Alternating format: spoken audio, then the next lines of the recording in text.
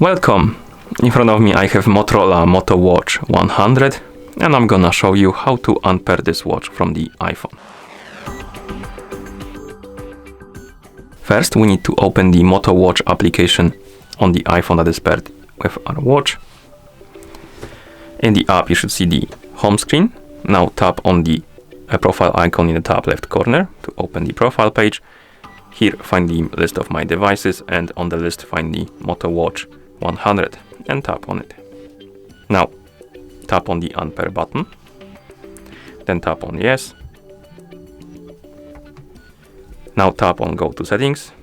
It will redirect you to the settings page. Here find the Bluetooth option and tap on it.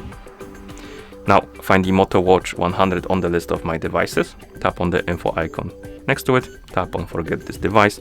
Tap on forget device. Once the watch disappears from the list of my devices, you can close the settings and close the app.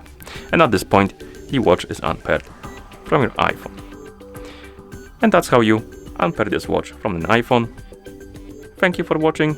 If you found this video helpful, please consider subscribing to our channel and leaving a like on the video.